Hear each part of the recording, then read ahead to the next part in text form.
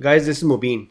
So I have been receiving a lots of questions about the possibility and preparedness of various demographics, various countries, various cities, and what to expect there. So first of all, so I created this little video for us to go over what to expect. But there is an important thing to realize here, and that is we are still in the middle of a pandemic. The data that we have is not as accurate as possible, and the data is not as cohesive amongst the data coming from various countries. So, giving a proper statistical analysis is beyond my scope here. Secondly, this attempt here is not to create a meta-analysis of the other analysis that is present.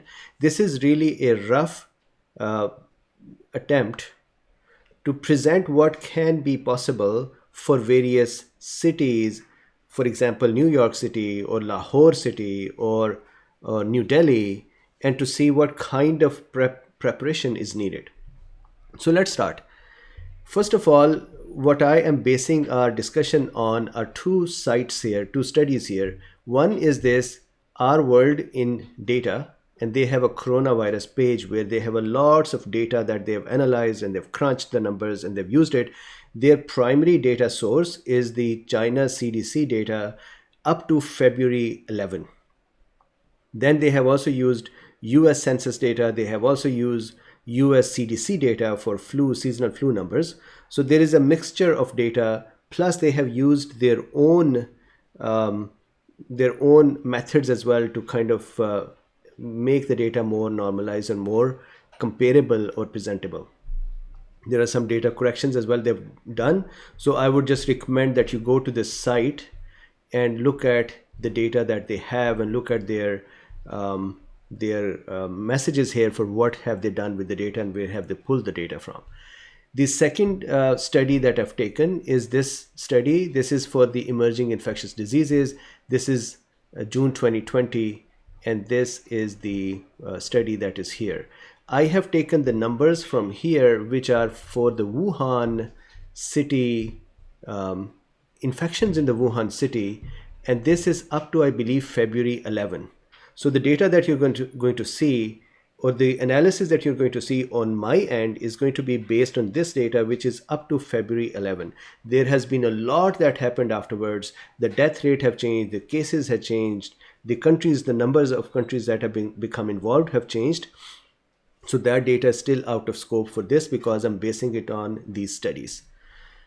So what I'm trying to do with this particular video is to see what to expect in bigger cities and what kind of illness rates to see and what kind of medical equipment is needed to prepare for the population over there.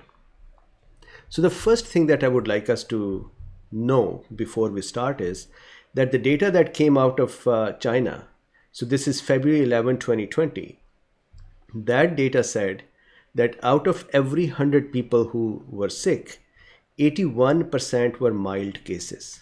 And the mild cases are patients without pneumonia, for example, fever and dry cough, fever and nasal congestion, fever and maybe sore throat, or some gastritis, but not pneumonia. So that were 81% of the cases were that way. 14% of the cases were severe cases. And keep this in mind because I have used this distribution to try to analyze what kind of preparation is needed for various cities. So 14% severe cases, which include people with shortness of breath. That means that interstitial pneumonia is setting in, inflammation is setting in, and the disease has started in the lungs. And respiratory frequency is greater than 30 per minute. Blood oxygen saturation is dropping below 93%, that means that the lungs are impacted. The respiratory membranes and the gas exchanges are not happening correctly, etc. So here is the criteria for that. And then 5% critical cases where the patient is going in septic shock or organ failure or multiple organ dysfunctions. And out of all of those 100 people, patients, 2.3% of all died. Remember, the current number is about 3.78% death rate. However, we cannot pick up the current number and apply it to the past data. So we will still be using the past data number. So you can assume, or you can understand, that for the data that I'm presenting, 2.3 people will be dying out of all 100. So with this, let's start another part of the discussion, and that is preparedness for our cities. And what I wanted to specifically focus on is that these patients that are 14% severe or 5% critical, they may need hospitalization and they would need medical intervention. So that means out of every 100 people ill, there are going to be 14 that would need to be in the hospital and probably need oxygen. And then out of those 100, 5% are going to be so critically ill that they may be on the ventilators, and they may need more departments to become involved for organ failure, septic shock and organ failure, etc. So 5% of the 5% of the cases may need intervention via ventilation or other departments to become involved as well to help with the organ failure issues. And out of them, then 2.3% will die.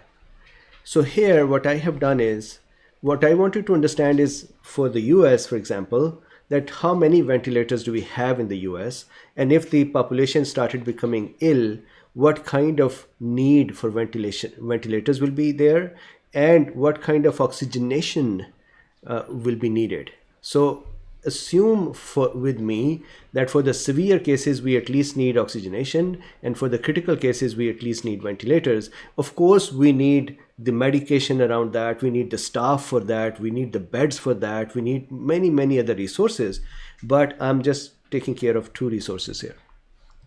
The data for the population that I've gotten is from Wikipedia, and Wikipedia, this is the address, and Wikipedia in turn, that article has taken the data from, here is what they said: the following demographic statistics are from the CIA's World Facebook Estimates as of 2018.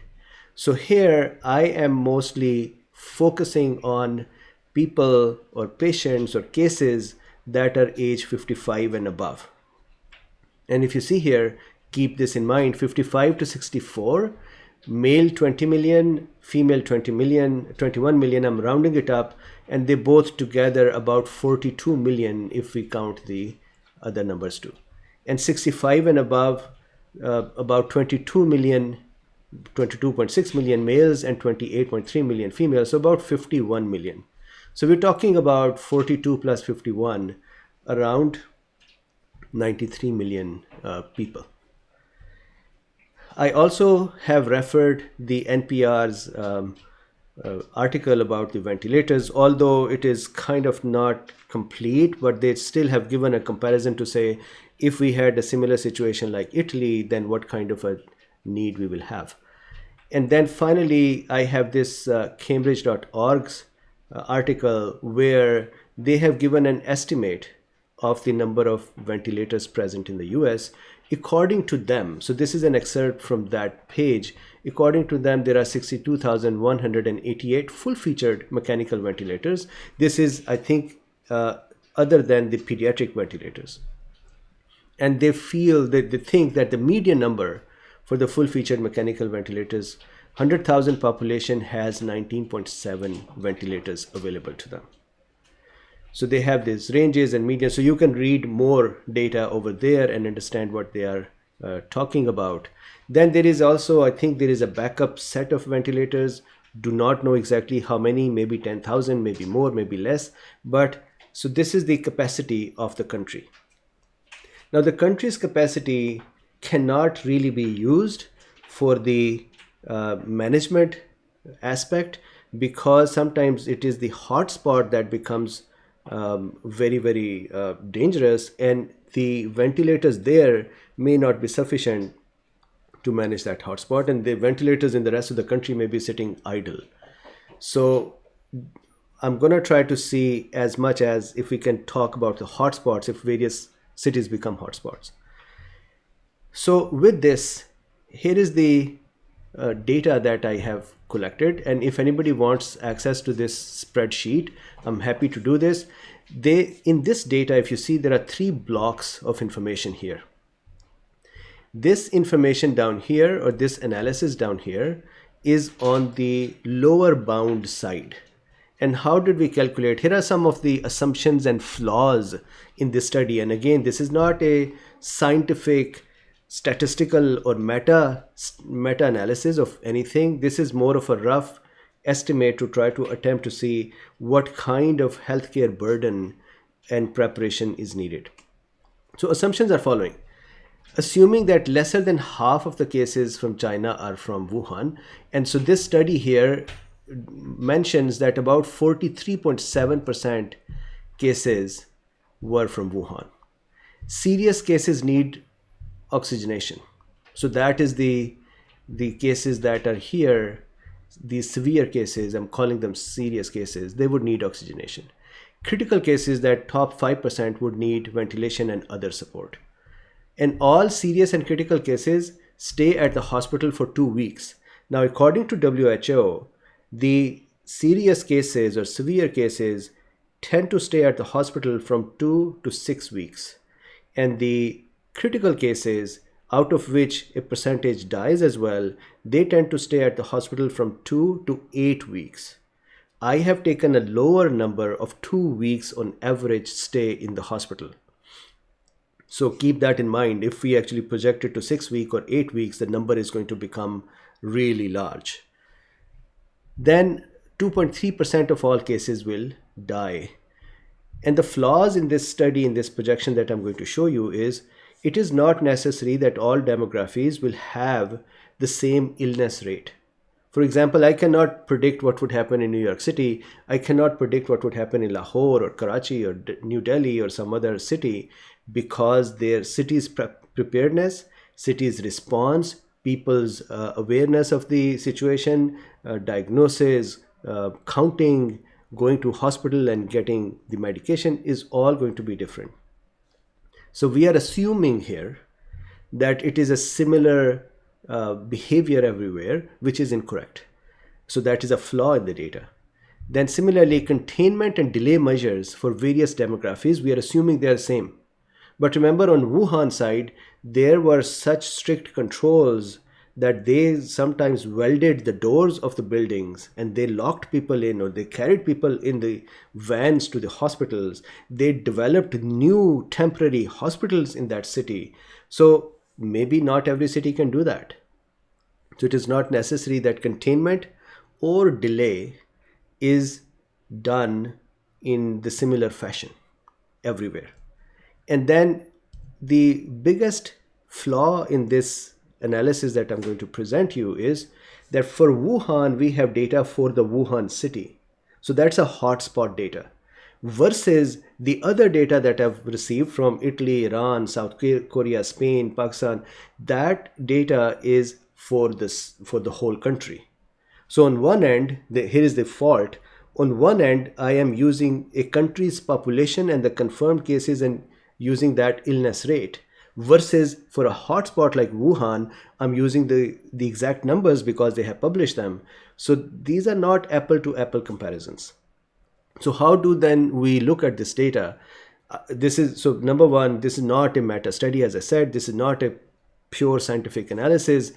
The idea here is to look at the lower bound of the number to see what kind of preparedness is needed, and then upper bound to see what kind of preparation is needed. So let's look at that. What I had done was I went into various countries, for example, South Korea, Iran, and Spain. I looked at the total population, number of confirmed cases, number of deaths, and the illness rate. So South Korea, Iran, and Spain, I averaged them to 0.02% illness rate. On the other hand, Italy, if it is the Lombardy region which became the hotspot, then the illness rate is higher. But I once again use the same formula for Italy as a country: 60 million people, 24,000 sick, and 0.04%, almost double from these other countries. So I used these numbers as the lower bound, this number almost as the middle bound, and then Wuhan city's number as the upper bound. So how does that work? Let's look at the lower bound first. And I have kept all these same demographics in all analysis. So you can see that what is the skew in data. For example, if we apply South Korea, Spain, Iran's number to Wuhan, the total number of sick people come out to be 2,360, which is incorrect because the actual number is about 19,500. But this kind of gives you an idea of how the data may be skewed. So let's look at this number and let's look at how to read this. So here we have a demography, then we have the population in that area, then percentage of possibly ill based on the numbers that we are seeing, then the possible cases. And finally, this is the number data that is coming from here, that 81% are mild, 14% are severe, 5% are critical. So here is the 81%, this is the number, this is 14%, this is the number count, this is 5% of critical, this is the count. Then what I did was, I said, well, let's say that these are not the cases that all became sick the same day. Instead, we have successfully flattened it out, the peak, over 60 days.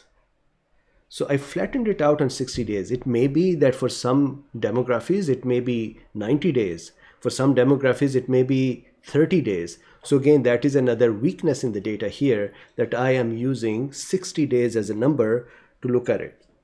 The point of doing 60 days is that China contained their infection spread to a major extent within the 60 days of announcing to WHO. So they did a brilliant job, they did an excellent job, but it's about 60 days that we can see that they contained the spread. So I'm using 60 days as well for the other cities as well. So once again, the data is weak. Maybe other cities, other countries can do a better job, or maybe they would do a poorer job. For example, I think South Korea did a great job. Japan did a great job. I think Italy is still struggling. I think UK is going to get stuck with the way they are trying to manage it. And I'm not talking about US yet, because I don't even see a cohesive policy which is coming out yet. So 60 days is the number over which this many people will be getting sick and presenting to the hospital, or not presenting but having the symptoms. And then what I've done is here, if we take these cases, for example, serious cases, 2,800, and we flatten them and average them onto 60 days, then there are 46 people daily that would need oxygenation. And now here is the important thing.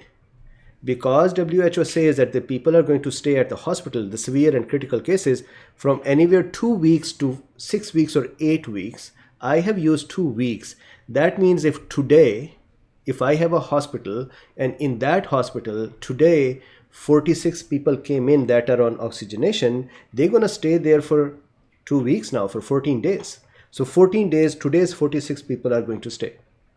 Tomorrow, an additional 46 people are going to come in, and they are going to stay for another 14 days as well. And day after tomorrow, another 46 people are going to come in and stay for 14 days too. So at the end of the 2 weeks, the 14th day, we will have 46 multiplied with 14 number of cases at the hospital. And after that, I'm assuming that after that they go back. So it's not 6 weeks or it's not 8 weeks, it's just 2 weeks. After that, 46 people are discharged and new 46 people are going to come in, and over 60 days this would continue to happen. So this is the burden, this is the requirement for a healthcare facility to continue to provide this level of service for at least next 50 or 46 days, starting from 14th day.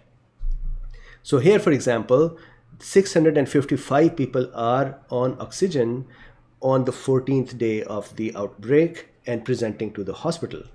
And then there are critical people who are coming in, let's say every day, and today's critical people stay there, and then tomorrow 13 more come in, and day after 13 more come in, and then at the 14th day there are 189 people on the ventilators.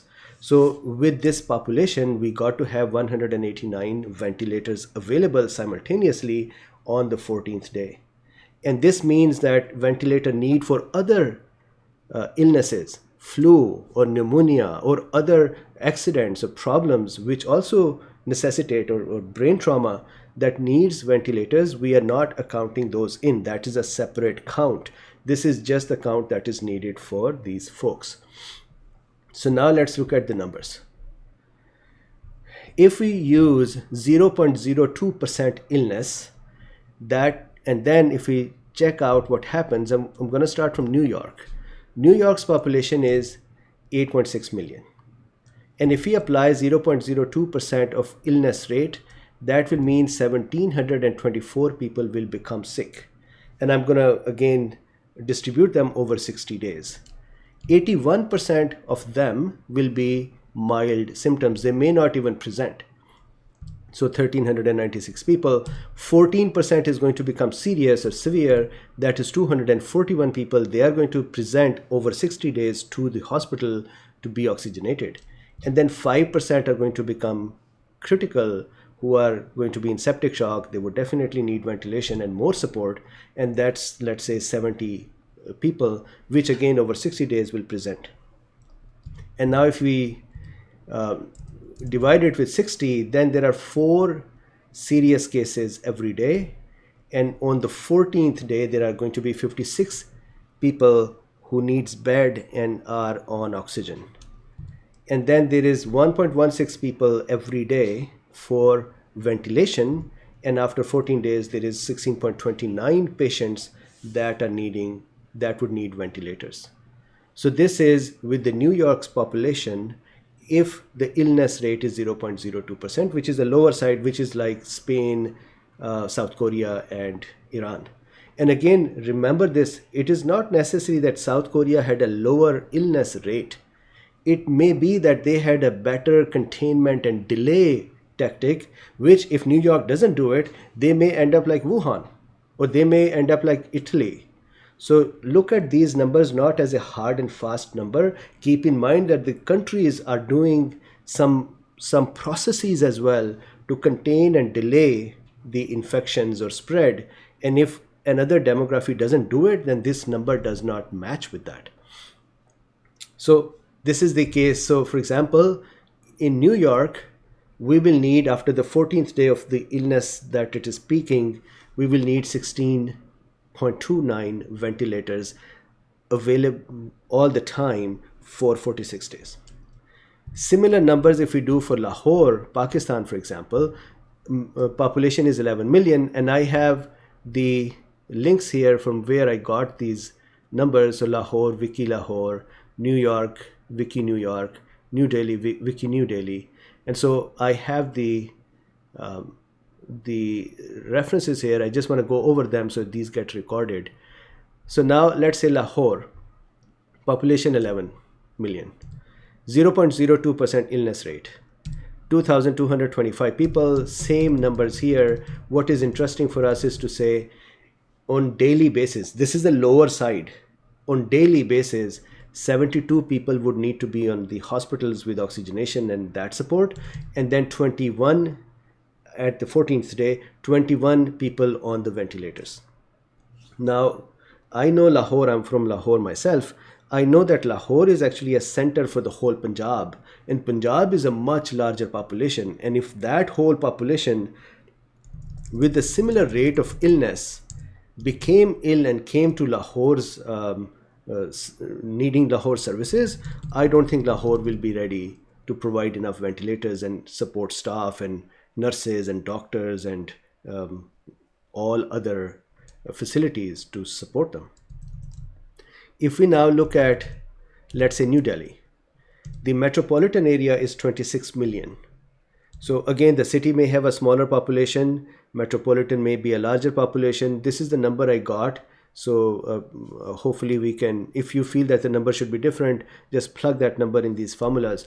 So 0.02%, lower side of the spread, 5,291, almost double from Lahore. So you can see that the need on the 14th day of spread is going to be 172 patients would need beds with oxygenation needs, and then 50 patients would need ventilations for 46 days. So these 50 patients would continue to recycle. Some of them will be discharged, some of them will be passing away, and then new patients would continue to come in. So there will be simultaneously 50 patients on the ventilators for 46 days. Similarly, in the New York, we talked about it. I kept the Lombardy region here and Wuhan here just to kind of compare that data to say what kind of skew is present. And so if you see there is a drastic skew, it is a lower number. So even with this lower number, the question for New York, Lahore, New Delhi is, do you have these number of ventilators available? And do you have the staff to operate them? And do you have the staff to help with the septic shocks and organ failures of this many of people every day? This is not one case sitting out there. It is after 14 days, every day, new people coming in. So there is a new readiness for them, a new set of labs and new set of strategies and planning and management approaches. So do you have that? Now, let's look at Italy's number. Again, I use the Italy's number as the whole population over the illness, and that came to be 0.04. And then I have applied that to the same cities and demographics.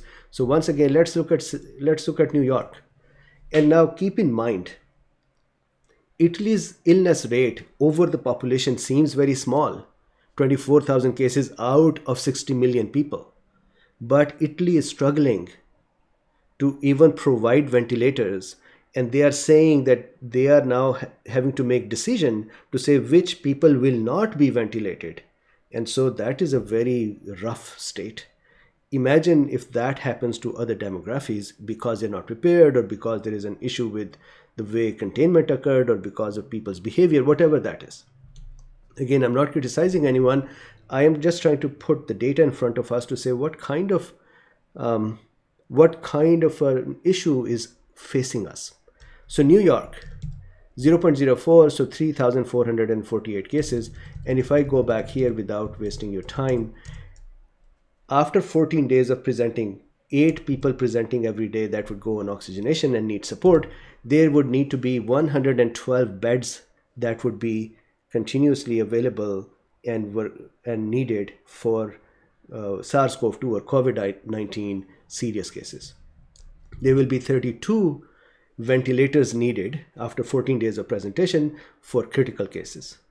And similarly for Lahore, there will be 145 beds needed for oxygenation or severe cases management, and 42 cases with ventilation needs.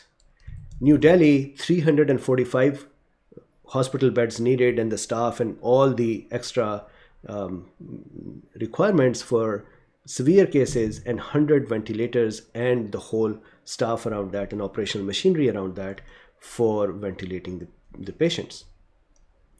Now, if I go and take Wuhan's numbers, so Wuhan was, out of Wuhan's total population, 11 million.